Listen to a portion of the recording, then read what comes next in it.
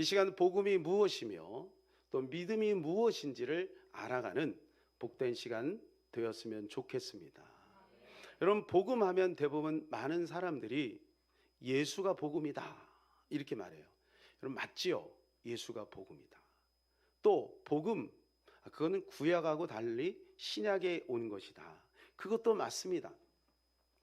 대부분 많은 사람들이 복음에 대해 생각하는 것은 율법 반대가 아니냐 이렇게 생각을 하기가 쉽습니다. 그렇다면 우리가 복음을 믿는다라고 하는 것이 무엇일까요?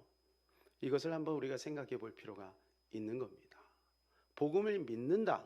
그러면 구약과 율법은 제껴놓고 신약과 예수 그리스도만 믿는 건가? 그러면 구약과 율법은 필요 없는 거잖아요. 근데 예수님도 그것을 폐기하지 않았다라고 말씀하셨어요. 그러니까 우리에게 구약도 필요하고 율법도 유익한 것이죠. 그렇다면 복음은 도대체 무엇인가? 우리가 알 필요가 있는 것이죠. 자, 복음은 이런 것입니다. 창조와 타락과 구속과 재창조를 믿는 것입니다. 자, 창조와 구속과 재창조는 우리가 생각할 수 있는데 타락까지 믿어야 되느냐? 여러분, 그렇습니다. 복음은 내가 전적인 무능력, 완전히 타락한 존재라는 사실을 알아야 필요한 거예요. 나는 완전히 소망이 없는 존재가 되었다. 이것을 알아야 되는 거예요. 그래서 전적으로 하나님이 필요하다. 그래서 제일 먼저가 뭐냐면 창조예요. 창조라는 것은 하나님이 모든 만물의 주인이다. 하나님이 우주를 만드셨고 지구를 만드셨고 또 우리 인간을 만드셨다는 거죠. 시간, 공간, 물질, 우리 인류의 모든 것들을 하나님이 운행하신다라고 하는 거. 이것이 바로 우리가 첫 번째 복음의 입문입니다. 그래서 이것을 우리가 잊어버리면 안 되는 거죠. 왜 그러냐면 이걸 빼놓고 복음을 자꾸 얘기하면 나의 유익을 찾아요. 나의 유익이 내가 좋으면 복음인 거예요. 하나님이 주인인 것을 인정해야 그게 복음인 거예요. 하나님의 모든 것의 주인이라는 것을 인정하지 않으면 이 복음은 우리 안에서 힘을 발산할 수가 없어요. 두 번째가 뭐냐면 우리는 전적으로 타락했다. 소망이 1도 없다. 그것을 믿는 거예요. 그때 예수 그리스도가 우리에게 오셨다. 그래서 그 예수 그리스도가 우리에게 구속을 이루셨다. 십자가와 부활을 통해 온전한 구원의 길을 여셨다. 이걸 믿는 게 복음의 핵심이죠. 근데 또 여기에서 끝나면 안 돼요. 복음은 재창조의 능력이 있고 영원한 하늘나라로 우리를 인도하신다는 사실을 우리가 믿는 겁니다. 그래서 우리가 하나님을 사랑한다라고 할 때, 여러분, 우리가 하나님 믿는다라고 할 때 우리는 한 가지 질문만 이야기하면 안 돼요. 제가 여러분들에게 한번 세 가지 질문을 할 겁니다. 한번 여러분이 아멘으로 답해 보세요. 하나님을 믿습니까? 아멘입니다. 하나님을 사랑합니까? 조금 작아졌죠? 다시 오실 주님을 기다립니까? 여러분, 하나님을 사랑한다는 것이 무엇입니까? 데살로니가전서에 보면 사랑에는 수고가 있는 거예요. 사랑에는 헌신이 있는 거예요. 헌신이 없는 사랑은 가짜예요. 아내를 사랑하고 가족을 사랑한다 하면서 헌신이 없어요. 그건 가짜죠. 제가 늘 말씀드리지만 데이트를 하는데 나를 위해서 돈을 1도 안 쓴다. 그놈하고는 헤어져야 돼요. 그런 헌신이 없으면서 어떻게 사랑한다 말할 수 있어요? 말로만. 가짜죠. 사랑에는 헌신이 필요한 거예요. 그래서 우리가 그리스도를 사랑한다는 것은 뭐냐면 그리스도를 위해서 희생하고 있는 상태가 유지되고 있는가? 이것이 사랑인 거예요. 대부분 우리가 결혼을 하게 되면 처음에는 다 뜨겁습니다. 그죠? 근데 3년이 지나면 그때부터 흠이 보이고, 그리고 그 좋았던 장점이 단점이 되는 거예요. 거기에는 인내가 필요한 거죠. 덮어줄 수 있는 용기가 필요한 거죠. 그럴 때 이 사랑이 유지되는 거죠. 또한 여러분, 주님을 믿는다라고 할 때 그분의 다시 오심을 기다려야 되는 거예요. 다시 오심을 기다리는 사람은 기다리는 모습이 있어요. 여러분, 누군가 기다려 봤습니까? 그러면 오직 그 사람만 생각하게 되어 있습니다. 그렇죠? 예. 남편이 가족들을 위해서 해외로 돈을 벌러 갔어요. 그러면요, 그 남편을 믿기 때문에 기다리겠죠. 그리고 그 남편을 사랑하기 때문에 기다리겠죠. 절대로 딴 살림 차리지 않습니다. 어디선가 웃음이 터졌어요. 여러분, 사랑하면 기다리게 되어 있는 겁니다. 그러니까 우리가 예수 그리스도를 믿는다라고 하는 것은 사랑과 기다림이 함께 있는 거예요. 그러니까 주님이 우리에게 질문하겠죠. 너 나를 믿느냐? 라고 할 때 거기에는 사랑하느냐, 나를 기다리느냐 같이 포함되어 있는 겁니다. 사랑하는 여러분, 우리가 이 시간에 우리의 믿음을 점검하는 시간이 되었으면 좋겠습니다. 사복음서는 회복의 시대라고 이야기한다면 사도행전은 부흥의 시대로 나가는 겁니다. 예수가 오심이 회복이었습니다. 그죠? 그분이 오셔서 치유하시고 구원의 길을 여셨습니다. 그리고 성령의 오심으로 말미암아 이 복음이 전 세계로 번지게 되었어요. 이걸 부흥이라고 이야기합니다. 자, 오늘 우리가 회복을 넘어서 부흥으로, 따라서 회복을 넘어 부흥으로. 여러분, 회복과 부흥은 같이 짝을 이루는 거예요. 회복이 되었으면 그 다음부터 부흥으로 나가게 되어 있는 거예요. 왜냐하면 예수님과 성령님은 동일한 하나님이기에.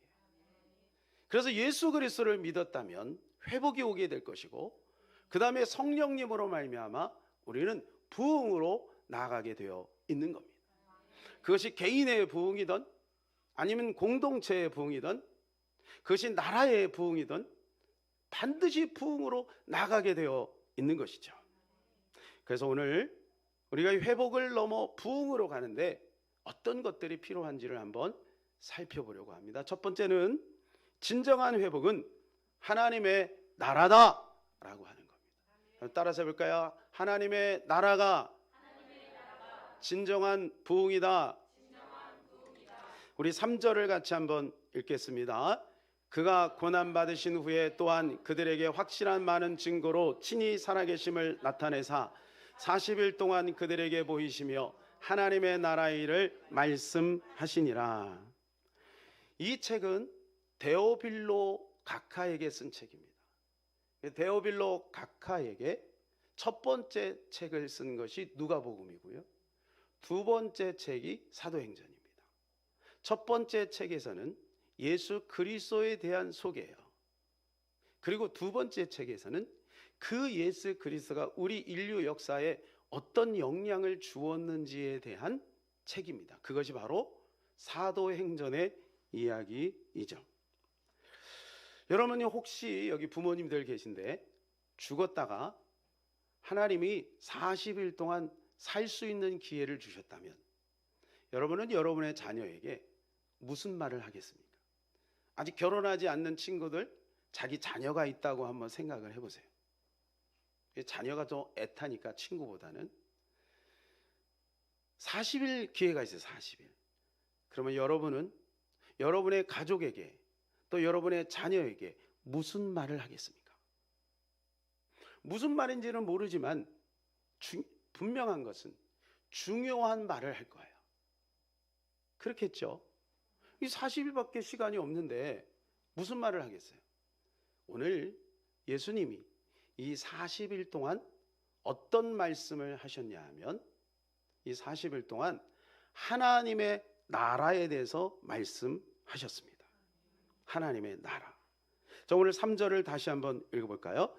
그가 고난 받으신 후에 또한 그들에게 확실한 많은 증거로 친히 살아계심을 나타내사 40일 동안 그들에게 보이시며 하나님의 나라 일을 말씀하시니라. 하나님의 나라를 말씀하셨다는, 그만큼 주님이 우리에게 말씀해 주고 싶은 것이 뭐냐면 하나님의 나라라는 거예요.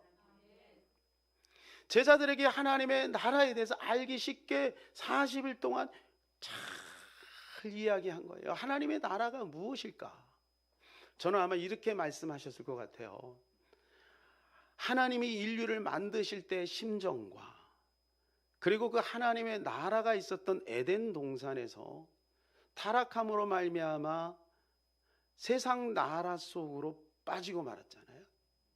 근데 그 가운데서 하나님이 다시 하나님의 나라를 이루어 나가기 위해서 이스라엘 백성들을 택하시고 그들에게 율법을 주시고 인내하시고 여기까지 오는데, 이제 내가 왔다, 내가 곧 하나님의 나라다, 이렇게 말씀하셨을 것 같아요. 그리고 이제는 내가 하늘로 올라가니까 너희들이 내 대신에 하나님의 나라를 이루어 나가라. 그것이 요한복음 16장에서 말씀하신 너희가 나를 믿으면 나보다 더 큰 일을 하리라 라고 하신 말씀인 겁니다. 그래서 실제적으로 여러분이 지금도 마찬가지고 수많은 하나님의 사람들이 전 세계로 흩어져 복음을 전하고 있는 거예요. 그래서 그들이 예수님을 대신해서 하나님의 나라를 지금 선포하고 있는 것이죠. 예수님은 팔레스타인이라고 하는 그 좁은 지역에서 벗어나지 않으셨어요. 일평생 거기에만 있었어요. 그리고 이제 하늘로 올라가시니 이제 예수님이 지구에서 떠난 거죠. 그리고 그 예수님이 영으로, 성령으로 우리 가운데 오신 거예요. 그래서 그 성령 되신 하나님께서 우리를 인도해 가고 있다는 것이죠. 이것 신학적인 용어로는 뭐라 그러냐면 already not yet이라고 합니다. 요즘 영어를 써서 여러분 죄송합니다. already 이미, 그러나 아직, 이미와 아직 속에 있다. 이미 예수 그리스도로 말미암아 하나님의 나라가 도래했고, 그리고 아직 하나님의 나라가 완성되지 않았는데 그 중간에 우리가 있으니까 이제 우리를 통해서 하나님의 나라를 이루어 나가야 된다라고 하는 말씀입니다. 데오빌로에게 하나님의 나라가 무엇인지에 대해서 지금 설명하고 있는 거예요. 여러분, 예수님은요, 세상 나라가 이루어지는 것에 별로 관심이 없어요. 무시하지는 않습니다. 왜냐하면 세상 나라를 이용해서 하나님의 나라를 만들어 가니까. 그죠? 세상 나라를 악하다고 보지 않고 세상 나라의 부족하고 악한 모습을 변화시켜서 하나님의 나라를 만들어 가는 거예요.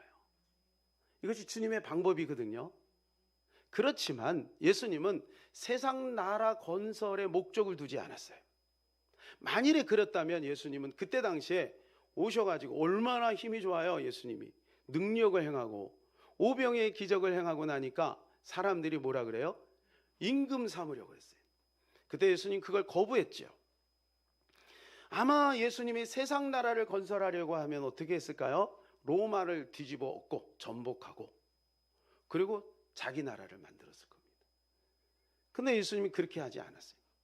로마는 로마대로 그냥 두고 로마가 정치, 경제, 사회, 문화 모든 부분을 이제 세계로 통하는 것을 만들었잖아요. 모든 길은 로마로 통한다 그러잖아요. 그것을 이용해서 하나님의 나라를 점진적으로 확장해 나아가고 있는 겁니다. 여러분, 그래서 우리도 신앙생활 할 때 세상 나라를 만들려고 하면 큰 오판입니다. 번지수를 잘못 찾은 거예요. 우리는 하나님의 나라를 이루어 나가고 해야 되고 하나님의 백성들은 당연히 그 일을 해야 되는 것입니다. 그래서 세상 나라를 목적 삼고 종교 생활을 하는 것을 뭐라 그러냐면 기복주의다, 번영신학이다 그래요. 그래서 우리는 명확하게 하나님의 나라를 이루어 나가는 것이 우리의 인생의 목적인 것입니다. 할렐루야. 옆에 있는 사람한테 얘기해서 하나님의 나라라는 것이 당신의 목적입니다. 시작.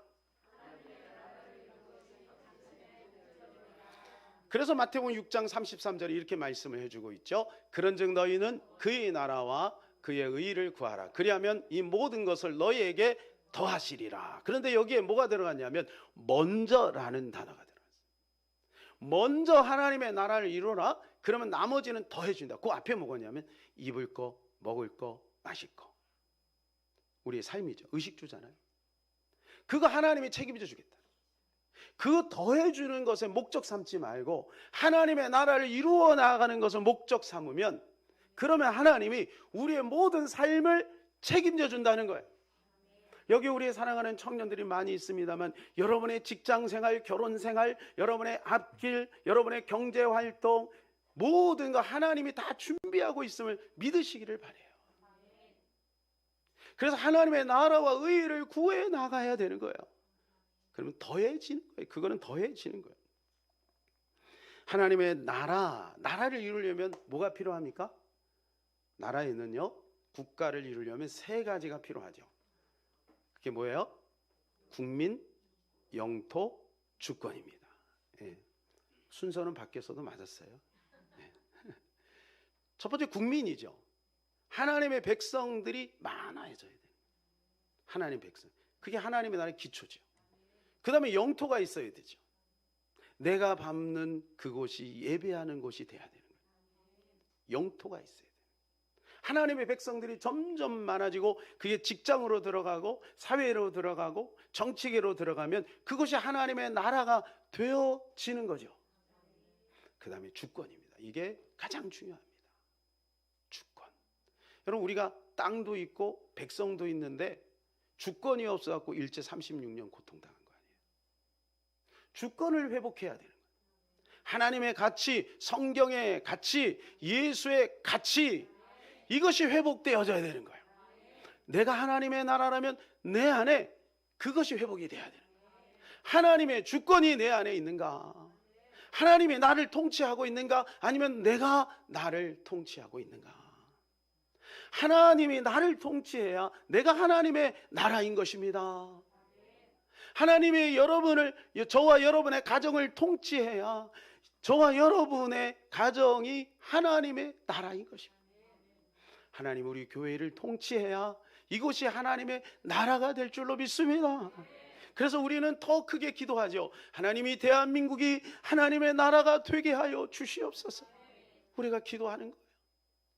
그래서 새벽마다 하나님 정치, 경제, 사회, 문화, 국방, 외교 모든 분야마다 예수 믿는 자가 들어가서 그 땅을, 그곳을, 그 공동체를, 그 조직을 변화시켜 주시옵소서. 우리가 이렇게 기도하는 것입니다. 하나님의 나라가 예수님의 마지막 소원인 거예요. 그래서 그 제자들에게 이것을 계속해서 얘기하는데 이들이 알아듣질 못해요. 그래서 6절에 이렇게 말합니다. 그들이 모였을 때 예수께 여쭈어 이르되 주께서 이스라엘 나라를 회복하심이 이때니까. 누가 말한 거예요? 제자들이 한 말이에요. 여러분 4절 5절에서 뭐라고 말하죠? 성령이 임하면, 아버지의 약속이 너에게 임하면, 이렇게 말씀하시면서 3절에서 하나님의 나라에 대해서 40일 동안 그렇게 이야기했는데 그들은 이스라엘 나라의 회복함이 언제입니까? 여러분 오늘날도 신앙생활 하면서요, 믿음 좋다고 하는데요, 정치 이야기하면 막 열을 내는 사람이 있어요. 나는 그쪽 출신이니까 무조건 나는 거기야. 하나님의 가치가 무너지는 건 상관이 없어. 복음의 가치가 무너지는데 난 신경 안 써. 나는 오직 난 거기야, 거기. 여러분 민족주의에 빠지는 것도 옳지 않아요. 왜냐하면 이 땅은 주님 뭐라고 말씀해요? 장망성이라고 말씀하셨어요. 이 땅에 우리가 정치에 관심을 갖고 여러 가지 많은 분야에 관심을 갖는 이유는 그곳에 하나님의 나라가 이루어지기 위해서, 그것 때문에 관심을 갖는 것이지 그 이상도 그 이하도 아니에요. 대한민국을 하나님 나라 위에 올려놓으면 아니 될 줄로 믿습니다. 여러분, 내가 어떤 정치적인 이슈를 하나님의 가치보다 복음의 가치보다 더 위에 올려놓으면 아니 될 줄로 믿습니다. 그건 또 주님의 마음을 아프게 하는 것이고, 이 제자들이 깨닫지 못하고 다 설명했는데 나중에 엉뚱한 질문하는 거하고 똑같아요. 40일 동안 하나님의 나라에 대해서 이야기했는데 나중에 가서 이제 올라가려고 하는데 얘네들이 또 엉뚱한 얘기하는 거야. 이스라엘 나라가 어떡하나요? 여러분, 그때 예수님이 어떤 마음이겠어요? 예수님의 마음이 어떤 마음이겠어요? 어떡하지? 얘네들 어떡하지? 그러나 예수님은 제자들 끝까지 믿었어요. 그리고 성령을 보내셔서 그들을 격려하시고 그들에게 힘을 주시고, 사도행전 2장에 보니까 그들이 성령을 받고 나니까 그것이 깨달아진 거죠. 여러분, 오늘 그래서 우리에게 필요한 것은 부흥의 주체는 성령이라는 사실이에요. 회복을 넘어 부흥으로 가려면 따라서 해봅시다. 부흥의 주체는 내가 아니고 성령이다. 여러분, 이것을 우리가 떠올려야 돼요.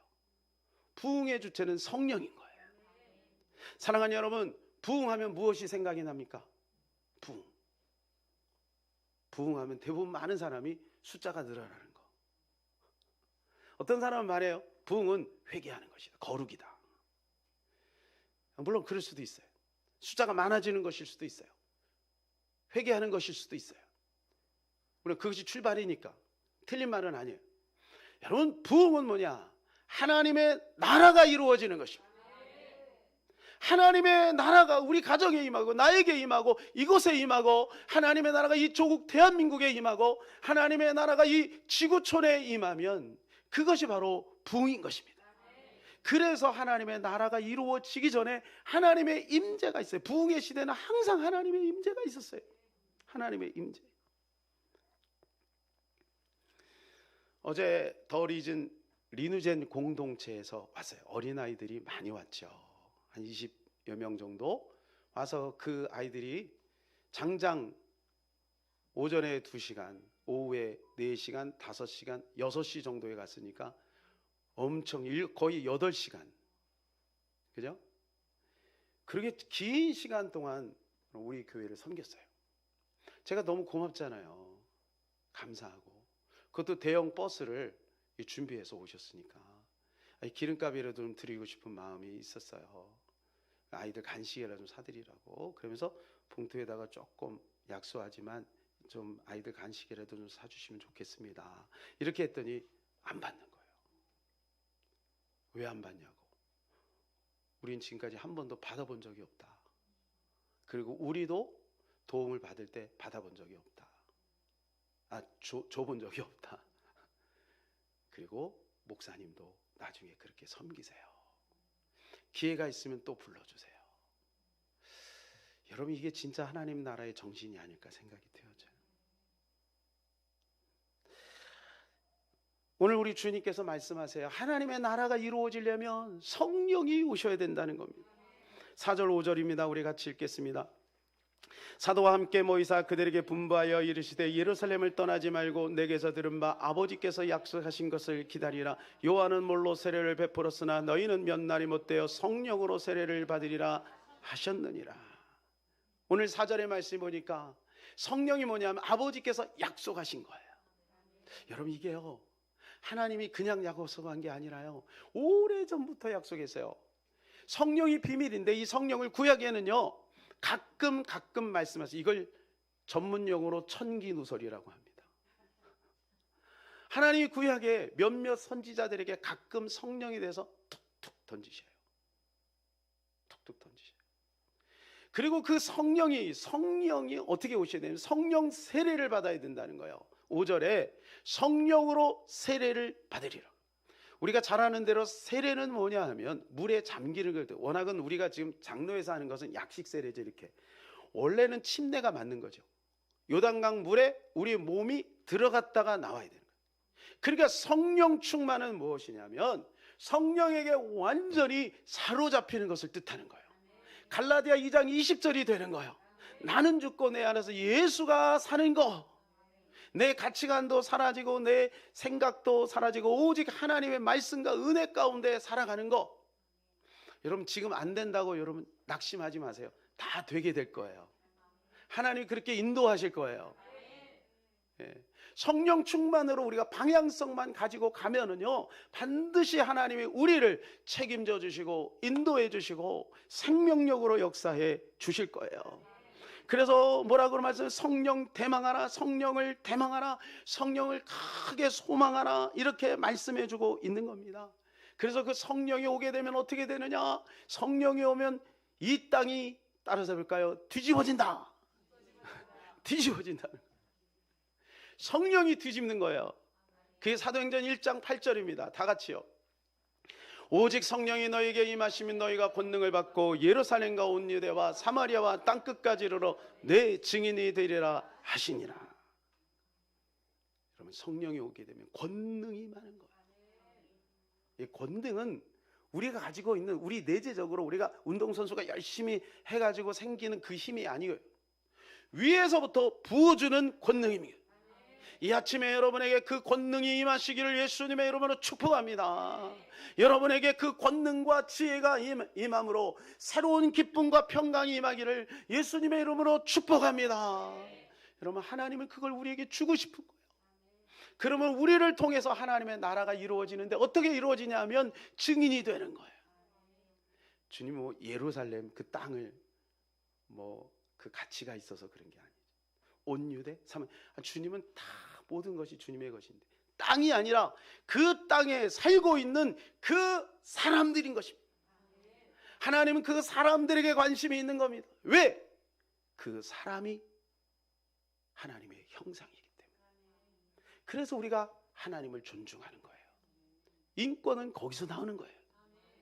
사람을 존중하는 이유는 하나님의 형상대로 만들어졌기 때문에 그래요. 그것이 하나님의 나라의 관점에서 보면 우리는 더 하나님 사람들을 사랑할 수 있겠죠. 여러분, 그래서 회복의 대상은 무엇이냐 하면 사람인 것입니다. 따라서 회복의 대상은 사람이다. 그래서 사람들의 눈을 열어주는 거예요. 이게 회복이에요. 눈만 열리면요, 우리가요 처음에 복음을 모를 때는 근심, 걱정, 불안, 염려, 두려움 속에 살다가 복음을 깨닫고 나니까 평화, 평화로다. 하늘 위에서 내려오네. 여러분, 하늘에서 평화가 내려오는 거잖아요. 복음을 깨닫고 나니까. 이 복음이 바로 능력인 거예요. 그래서 여러분, 복음을 만나게 해야 되는 거예요. 사랑하는 가족들에게, 사랑하는 친구들에게 여러분, 이 복음을 만나게 해야 될 줄로 믿습니다. 그것이 바로 회복이고 그것이 부흥인 거예요. 여러분, 눈이 안 열리면 어떻게 되냐면 아브라함 같이 여러분 믿음의 조상하고 같이 살면서도 엉뚱한 짓을 하는 거예요. 창세기 13장 10절에 보게 되면 아브라함의 이제 종들과 롯의 종들이 서로 막 다투지 않아요. 그래가지고 아브라함이 부르죠. 네가 좌하면 우하고 내가 우하면 내가 좌할게. 그랬더니 10절에 가서 롯이 이렇게 말해요. 소알과 고모라 땅을 바라본즉 에덴 동산과 같더라 그랬어요. 여러분, 근데 이게 말이 안 돼요. 제가 지도를 보여드릴게요. 지금 아브라함과 롯이 있는 자리가 어디냐면 베델과 아이 사이예요. 베델과 아이. 저 베델과 아이 사이에서 소돔과 고모라 땅을 봐요. 이 거리가요, 제가 쟀어요. 어제 지도로 구글에 가서 직선 거리로 147km. 롯이 천리안을 가졌나요? 그때 만원경이 있어도 못 볼 겁니다. 147km 어떻게 봐요? 그때 인터넷이 있었나요? 없었죠. 무슨 얘기냐면 그가 바라본즉이라고 하는 단어가 언어가 라예요. 라인데 이 말은 보다라는 뜻도 있지만 찾아보다, 조사하다라는 뜻도 있어요. 오늘날 말은 검색해 보는 거죠. 여러분, 무엇을 자주 검색하나요? 옷을 자주 검색합니까? 화장품을 자주 검색합니까? 여러분, 내가 자주 검색하는 것이 거기에 꽂히게 돼 있어요. 결국 롯은 소돔과 고모라 가서 망해버렸어요. 망해버렸어요. 여러분, 그래서 우리가 잘 검색해야 돼요. 보는 것을 잘 구별해야 돼요. 보는 것을 잘 선택해야 돼요. 아무거나 보면 안 돼요. 여러분, 세상에서요 얼마나 지금 화려한 것들이 보이는지 몰라요. 특별히 연예인들은 똑똑하죠, 예쁘죠, 키 크지요. 저도 그런 사람 참 좋아해요. 그런데요, 그런 것들이 세상에 쫙 깔려 있다 보니까 우리 청년들과 청소년들이 마음이 거기에 다 빼앗겨버린 거예요. 어제 어떤 자모님이 오셨어요. 그 자기의 두 딸을 데리고 왔어요. 이 아이들이 들어오는데요, 인상이 장난이 아니에요. 얼굴에 그늘이 있어요. 왜요? 오기 싫은데 온 거야. 엄마가 자녀들을 사랑해서. 이 엄마의 신앙 간증이 이런 거예요. 6살 때, 큰아이가 6살 때 복음을 만났대. 그래서 하나님 알고 나니까 이대로면 안 되겠다. 우리 자녀 큰일 났다. 정말 귀한 부모죠. 여러분들도 그러시나요? 아멘. 아멘이죠. 이대로는 안 된다. 세상에 그냥 넣었다간 우리 아이들 다 망가지겠다. 이걸 깨달은 거예요. 그래서 그때부터 자녀 교육에 대해서 신경을 쓰고 그렇게 하면서 이제 공교육에 맡길 수 없다는 것을 깨달은 것은 결정적인 게 뭐냐면, 들여다본 거예요. 자기가 가리키는 우리 아이들이 공부하고 있는 그 학교에서 어떤 걸 가리키는지. 여러분, 이렇게까지 세밀하게 보는 부모가 별로 없거든요. 근데 봤는데 깜짝 놀란 거예요. 여러분, 지금 교과서 안에서 공산주의 찬양하는 것을 글짓기 하고 있다는 거 아세요? 거기에다 후한 점수를 준다는 거 아세요? 저는 확인을 못 해봐서 잘 모르겠는데 그 엄마가 얘기하더라고요. 공산주의를 찬양하는 글을 써서 올리면 여러분 거기 점수를 준다는 거예요. 그것도 몇 번에 걸쳐서. 이런 데다가 어떻게 내 자녀를 맡길 수 있냐 이거예요. 그래서 학교를 찾다가 이제 소문을 듣고 이제 우리 교회에서 고비 캠프를 한다는 이야기를 듣고 이제 온 거예요. 여러분, 지금 공교육이요 그런 모양이에요. 세상의 가치로 물들어져 있어요. 세속주의로 물들어져 있어요. 여러분, 그것은 우리에게 유익해요. 쓸모 있는 인간을 만드는 데는 유익해요. 그러나 그것이 하나님의 가치에서 반할 수도 있다는 거예요. 왜냐하면 끊임없이 세상에 포커스를 맞추게 하잖아요. 우리 눈을 들어서 하늘을 바라봐야 될 줄로 믿습니다. 우리가 클릭하지 않고 우리가 검색하지 않아도 학교에서 점수까지 주면서 계속해서 보게 하고 듣게 하고 세뇌시키고, 여러분 그것이 귀에 들리고 눈에 들리고 그것이 우리의 사상이 되고 가치가 돼버리면 나중에 그 아이들을 돌이키기가 힘든 거예요. 안 되는 거예요. 그래서 우리가 새로운 교육을 우리는 추구해야 된다는 것이죠. 성경이 없는 것도 아닙니다. 모르는 것도 아닙니다. 이미 우리가 가진 지식은 충분합니다. 심지어 우리가 주님을 따르려고 하지 않지도 않아요. 우리는 주님을 따르려고 몸부림을 쳐요. 그런데 문제는 그것을 적용할 힘이 없고 방법이 없어요. 우리 아이를 168시간 속에서, 일주일이 168시간인데 그 168시간 속에서 여러분 대부분의 시간들이 학교에, 세상에 있다가 조금 경건한 아이들이 주일날 일주일에 한 번씩 교회 나와요. 그 짧은 시간 가지고 그 아이들이 머릿속에 박혀있는 세상의 가치관들을 어떻게 뽑아낼 수 있겠습니까? 불가능하죠. 근데 그것이 여기에서 아이들을 변화시키는데, 어제 온라인으로도 보신 분들은 아실 거예요. 그 초등학교 아이들이, 그 어린 아이들이 나와서 찬양하면서 울부짖으며 막 기도하고, 여러분 목소리 높여 주님을 찬양하고, 그 긴 시간 동안 찬양을 해도 한 명도 인상을 쓰지 않고, 나중에 이제 복음을 제시하는데 언니 오빠들을 데리고 막 복음을 제시하는데 여러분 어떤 청년은 눈물도 흘리고, 그 어린 아이들이 어떻게 그렇게 바뀔 수 있냐고요. 저는요 여기서 희망을 보는 거예요. 제가요 다음 세대에 대해서, 우리 5대 핵심 가치 중에 하나잖아요. 개척 때부터 이 다음 세대 하는데 아무리 해도 방법이 없어요. 어떻게 해야 될지 발 동동 굴렸어요. 그런데 여러분 여기에서 희망을 본 거예요. 아이들이 바뀌더라 이거예요. 아이들이 새로워지더라 이거예요. 말할 때마다 내가 이 행사를 주도하는 게 아니라 하나님이 하게 하시옵소서. 내 잘난 것을 드러내지 않고 하나님이 드러나기를 원합니다라고 초등학교 1학년, 2학년, 3학년 아이들이 들어가기 전에 마이크를 붙들고 한결같이 기도하는 거예요. 여러분, 얼마나 놀라워요. 하나님이 하시는 거죠. 성령님이 하시는 거죠. 그래서 부흥은 뭐냐? 제자화가 되는 겁니다. 전 인생, 전 방향, 정 인격이 제자화되는 것, 이게 바로 복음화, 이것이 바로 하나님의 나라를 이루어 나가는 겁니다. 마지막 세 번째로, 회복에서 부흥으로 나가려면 완전한 회복은 다시 오심이라는 것입니다. 따라서 볼까요? 완전한 회복은 다시 오십니다. 예수님께서 이제 말씀을 다 마치시고 하늘로 이제 올라가십니다. 하늘로 쭉 구름 타고 올라가시고, 그러면 손오공처럼 그렇게 올라간 게 아니라 이제 구름 타고 쫙 올라가는데, 제자들이 예수 그리스도와 함께 3년을 지냈어요. 그리고 십자가 부활을 통해 잠시 떨어졌다가 다시 이제 40일 동안 정말 꿈꾸는 것 같은 신혼생활 같은 그러한 시간들을 보냈어요. 얼마나 그들의 마음에 자존감이 올라갔겠어요. 와, 우리가 따르는 그 선생님이 정말로 하나님이구나. 도마가 고백했죠. 나의 주 나의 하나님이라고 고백하지 않았습니까? 그런데요, 그분이 갑자기 하늘로 올라가는 거예요. 하늘로 올라가는 모습을 그들이 쳐다보고 그들은 어안이 벙벙한 거, 뭐지 이게? 11절입니다. 우리 같이 한번 읽겠습니다.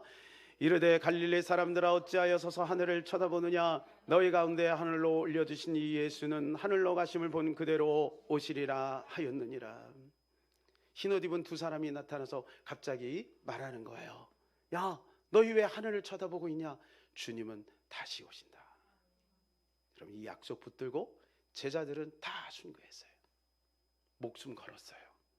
왜냐하면 부활하신 예수를 보았고, 하늘로 올라가신 그 예수를 보았고, 주님이 다시 오신다는 약속을 들었기 때문에 그런 것입니다. 어제 우리 김종균 목사님께서 트리플 교제에 대해서 말씀했어요. 트리플 교제라는 것은 세 가지 주제를 가지고 만든 교과서다, 그런 뜻입니다. 복음, 제자, 소명을 가지고 성경 이야기를 아이들이 이해하기 쉽게 교재로 만들었어요. 오전에는 그것을 배우고 오후에는 이제 국수, 사과, 그걸 영어로 해서 이제 배우죠. 그런데 그 안에 아주 중요한 이야기를 우리에게 들려주셨어요. 하나님의 주소에 대해서 말씀하셨어요. 하나님의 주소가 어디입니까? 여러분 아세요? 하나님의 주소가 어딜까요? 천국이다. 하나님의 주소가 어딜까요? 여러분, 하나님의 주소가 자꾸 바뀐다는 거예요. 참 일리가 있는 얘기 같아요. 한번 상상해 봅시다. 처음에 우주가 만들어지기 전에 하나님의 주소는 어디였을까요? 하나님의 보좌였겠죠. 그런데 우주가 만든 다음에 하나님은 어디에 시선을 보내고 있냐면 우주 어딘가에 시선을 보냈겠죠. 그리고 지구가 만들어지고 에덴에 만들어진 다음에 그 하나님의 시선은 아담에게 왔겠죠. 아담이 타락하고 나서 그 다음에 세상으로 내쫓기고 나서 하나님은 일정한 시간 동안에 셋이 이 땅에 태어나는 것을 유보하셨어요. 그리고 가인에게 기회를 주셨지만 거기 하나님의 나라가 이루어지지 않는 것을 결정하시고 하나님이 다시 셋의 계열을 통해서 에노스를 통해 비로소 여호와 이름을 부르게 하십니다. 그렇게 해서 거기에 하나님의 나라가 이루어지는 가운데 이제 결정적으로 아브라함을 불러 가나안 땅에 시선을 보내요. 이게 하나님의 주소예요. 이스라엘 백성들이 430년 동안 노예 생활을 하게 되죠. 그러고 나서 출애굽을 합니다. 그리고 하나님의 주소가 시내산으로 머물게 돼요. 그래서 이스라엘 백성들은 시내산을 보면서 하나님을 보는 거예요. 그죠? 그 다음에 어디로 갑니까? 그것이 성막 안으로 들어와요. 성막은 마을 안에 있는 거예요. 그리고 나서 그 하나님의 주소가 이제 신약에 와서 우리 마음 안으로 들어왔어요. 할렐루야. 여러분이 하나님의 주소인 줄로 믿습니다. 옆에 있는 당신이 하나님의 주소입니다. 그래서 하나님을 찾으러 여기로 저기로 다니지 말고 내 안에서 만나시기를 축복합니다. 그런데요, 이제 그 다음은 어디로 갈까요? 그 다음 우리가 죽잖아요. 어디로 갈까요? 천국으로 가는 거예요. 왜? 그곳에 우리가 있기 때문에. 할렐루야. 그곳에 우리가 있잖아요. 하나님의 시선은 하나님의 백성들에게 있는 것입니다. 그게 하나님의 주소인 거예요. 성경에 보게 되면 초림 예수는 456회가 나옵니다. 어디에만 나올 거예요? 여러분 자고 있는지 확인하는 거예요. 신약에는 없어요. 초림 예수는 구약에만 있죠. 예언이. 그렇죠? 신약에는 이미 오셨는데요. 오셨잖아요. 자, 그런데 재림 예수는 몇 번일까요? 재림 예수는 신약만 300회가 나와요. 신구약 합치면은요 1518회가 나와요. 그러면요 초림 예수가 456회 예언돼 있어서 오셨다면, 여러분 오신 거 믿죠? 그거 믿으니까 여기 있잖아요. 그러면 재림 예수는 1518번 예언돼 있다면 예수님이 어떻게 하실까요? 오실까요? 안 오실까요? 당연히 오십니다. 사람들이 이야기합니다. 2000년 전에 예수님이 말씀하셨는데 지금까지 안 오지 않았냐? 여러분 초림 예수는요 4000년 걸렸어요. 그러면 이제 이렇게 또 생각하시면 안 돼요. 아, 앞으로 2000년 남았구나. 넉넉하네. 그게 아니고 오늘 7절에 보니까 때와 시기는 아버지의 권한에 있어요. 내일 올지 1년 뒤에 올지 아무도 모릅니다. 그러므로 우리는 깨어 있어야 될 줄로 믿습니다. 데살로니가전서에 그래서 도둑같이 온다라고 말씀하고 있습니다. 깨어 있어야 우리가 주님 다시 오실 때 반드시 들림받게 될 것이고 개인적인 종말 때에 우리가 하나님 앞에 서게 될 것입니다. 사람이 죽는 것은 정한 것이 그 위에는 심판이 있기 때문에 그런 것입니다. 그렇다면 어떻게 깨어 있을 수 있을까요? 하나님이 사랑하는 사람은요 깨어 있는 방법을 사용하세요. 두 가지 방법이에요. 첫 번째는 고난 속에서 깨어 있는 사람이 있어요. 그래서 고난 당한 것이 유익인 거예요. 두 번째는 뭐냐? 거룩한 비전을 가지고 있을 때 깨어 있게 되는 거예요. 여러분 어떤 거 선택하실래요? 고난이 좋으신 분 손 들어보세요. 많은 사람이 고난 당한 다음에 그때서 비로소 하나님을 찾아요. 그래서 미드바르에서 다바르가 들리는 거예요. 미드바르가 광야하고 다바르가 말씀이에요. 광야에 갈 때 비로소 하나님 말씀을 들리는 것이 우리의 체질이라면 굳이 우리가 그럴 필요가 있겠냐 이거죠. 사랑하는 여러분, 거룩한 비전 속에서 고난을 자처하고 십자가의 길을 통과하면서 이 거룩한 하나님의 나라를 이루어 나가는데 우리가 그 일들을 통해서 하나님의 나라가 이루어지기를 축복합니다. 결론입니다. 회복을 넘어 부흥으로 우리는 가야 될 줄로 믿습니다. 예수 그리스도가 회복이라면 성령은 부흥인 것입니다. 고난에 익숙하지 말고 도전에 익숙한 저와 여러분 되시기를 예수님의 이름으로 축복합니다. 주님 다시 오실 때까지 찬양하고 기도하겠습니다.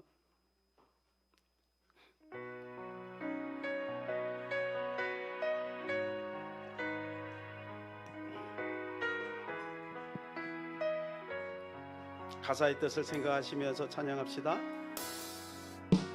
주님 다시 오실 때까지 나는 이 길을 가리라. 좁은 문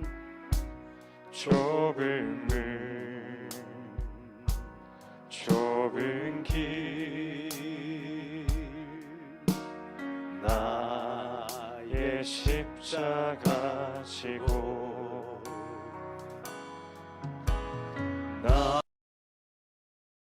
나는 이 길 끝에서 나는 주님을 보리라. 나는 주님을 보리라. 영광의 내 주님 나를 맞아주시리. 나를 맞아주시리. 주님 다시 오실 때까지 나는 일어나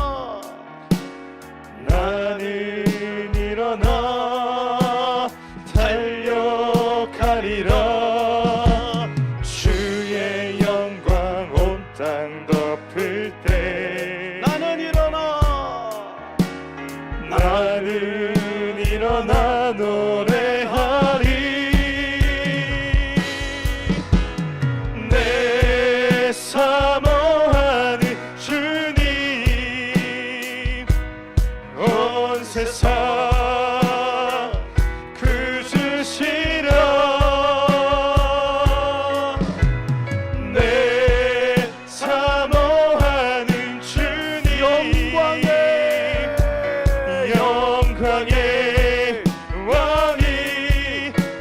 그 자리에 일어나서 찬양하시. 두 손 높이 들고 주님 다시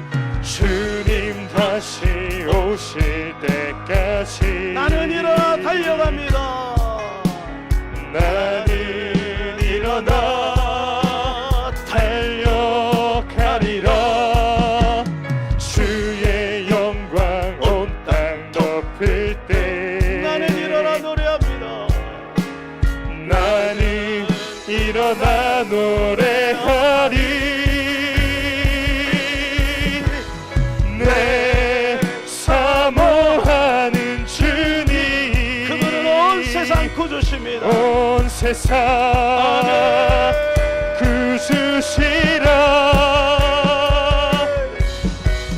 내 사모하는 주님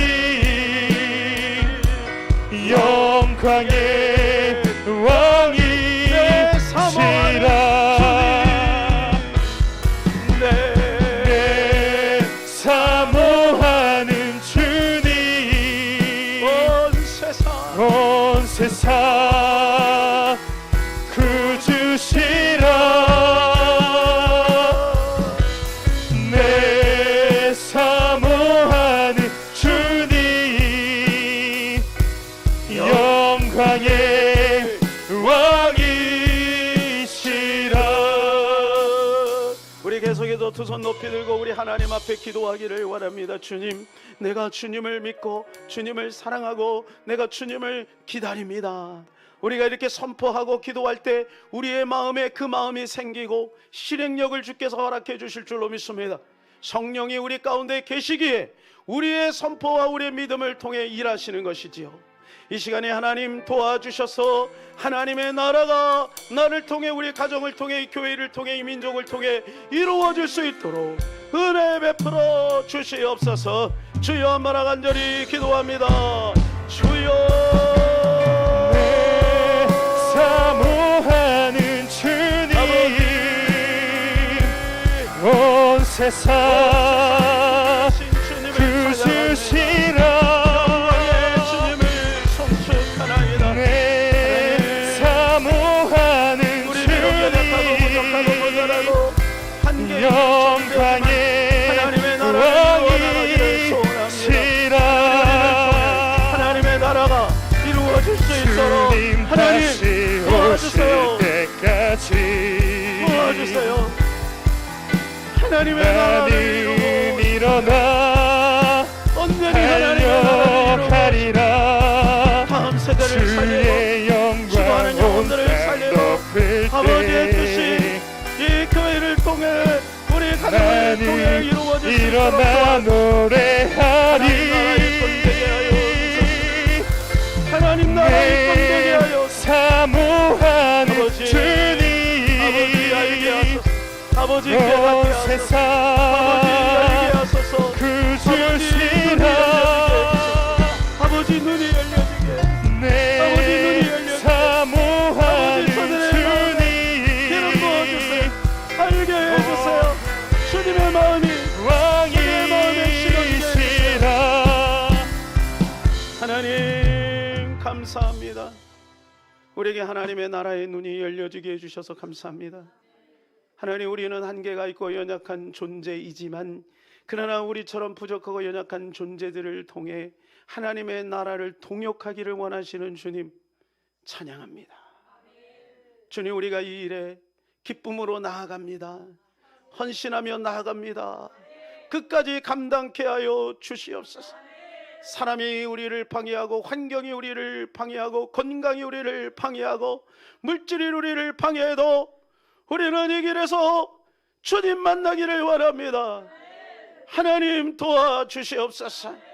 하나님, 우리가 이 끝까지 방향성을 놓치지 않고 달려갈 때 하나님이 우리가 반드시 승리하는 자리에 설 수 있도록 하나님이 은혜해 주실 줄로 믿습니다. 우리 귀한 성도들 끝까지 승리할 수 있도록 도와주옵소서.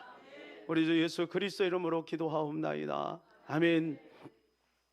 지금은 우리 구주 예수 그리스도의 은혜와 만극하신 우리 아버지 하나님의 크고 놀라우신 사랑과 성령님의 감화감동 역사 충만 위로 교통하심이 회복을 넘어 부흥에 이르기를 원하시는 아버지의 마음을 가지고 우리가 박자를 맞춰 믿음으로 달려가기를 원하는 하나님의 사람들, 머리머리 위에 저들의 가정과 비전 위에 교회 위에 이제로부터 영원토록 함께 있기를 간절히 축원하옵나이다. 아멘. 주님 축복하시고 함께하시고 기름 부어 주시옵시고 영광이 임하게 하옵소서. 예수님의 이름으로 기도합니다. 아멘, 아멘, 아멘. 할렐루야, 할렐루야. 주님을 찬양합니다. 우리 하나님께 영광의 박수 올리겠습니다. 할렐루야, 할렐루야.